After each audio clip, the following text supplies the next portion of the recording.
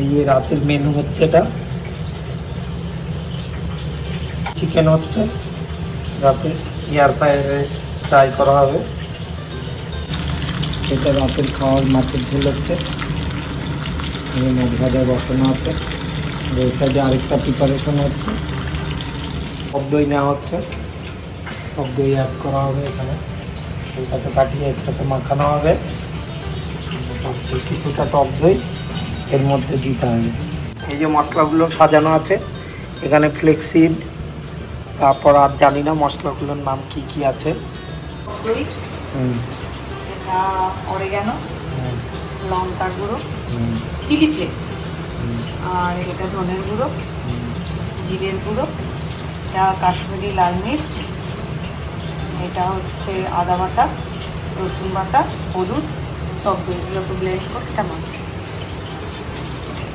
দেখো এগুলো সব একসাথে ব্লেন্ড হয়ে চিকেনের সাথে পেস্টটা মাখানো হবে। ম্যাডাম তৈরি হচ্ছে তন্দুরি চিকেন। এই যে মশলাগুলো মাখানো হচ্ছে সব চিকেনগুলোর মধ্যে, চিকেন লেগ পিসগুলোর মধ্যে মশলা মাখানো হচ্ছে।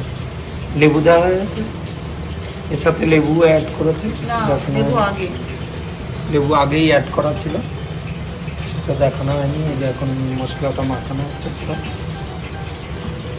কাটা জায়গাগুলোতে ভালো করে মশলা যাতে ঢোকে, একটু চেপে চেপে মশলাটাকে দিতে হবে।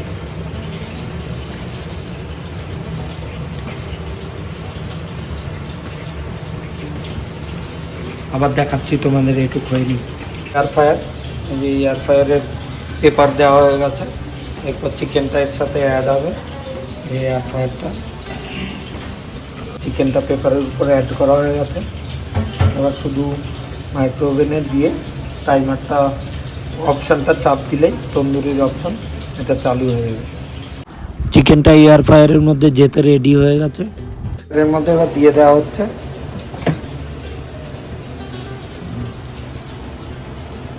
এয়ার ফ্রায়ার অন করে মাছই চলে গেল, বললাম না পেপারটাতেই ঢুকে যাচ্ছে। ঠিক আছে, এই যে চালু হয়ে গেছে এয়ার ফ্রায়ার, ভেতরে জ্বলছে, দেখতে পাচ্ছ লাইটটা জ্বলছে, ফায়ার হচ্ছে এয়ার ফ্রায়ারটা। চলো হয়নি, এটা 21 মিনিট টাইম নিয়েছে 180 ডিগ্রিতে। এগুলোকে সব উল্টে দেওয়া হলো, ও পিঠটা হয়ে কিছুটা হওয়ার পর এই পিঠটা উল্টে দিয়ে আবার দেওয়া হচ্ছে মেশিনে। হ্যাঁ অটোমেটিক নেবে তো, পজ করা থাকে না। কমপ্লিট হয়ে গেছে আমাদের তন্দুরি চিকেন। এই যে এমন দেখতে হচ্ছে, দেখো একদম টেস্টি হবে দেখেই মনে হচ্ছে। তারপর টেস্ট করে জানাচ্ছি কেমন হয়। এই যে কমপ্লিট, টোটাল টাইম 22 মিনিট লেগেছে, 2 পিঠ 11 মিনিট করে টাইম লেগেছে।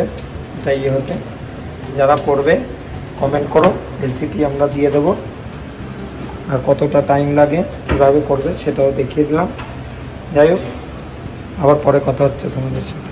এই মাছের ঝোলটাও আমাদের হতে চলেছে, প্রায় হয়ে গেছে। এটা সমস্ত কিছু একটু ঝোলটা টেস্ট করে দেখতে হবে নুন টুন ঠিক আছে কিনা। এই যে টেস্ট করছেন, যাই হোক দেখা যাক এটা নুন টুন সমস্ত কিছু ঠিক আছে। চটজলদি তন্দুর চিকেন হয়ে গেছে, এই এখন খাওয়া বাকি শুধু। এই যে দেখতে পাচ্ছ চিকেনগুলো একদম ঠিকঠাক হয়েছে। সস আর পেঁয়াজ এর সাথে একটু লেবু অ্যাড করতে হবে, সেটা বাকি আছে, পরে করে দিচ্ছি। ঠিক আছে চলো টাটা, আবার পরে কথা হচ্ছে। হাতে কিছুটা সময় থাকলে এরকম একটা ডিশ বানিয়ে নিতে পারো চটাপট। যাই হোক, গুড নাইট, ভালো থেকো সবাই, আবার দেখা হবে তোমাদের সাথে নেক্সট ভিডিওতে। বাই।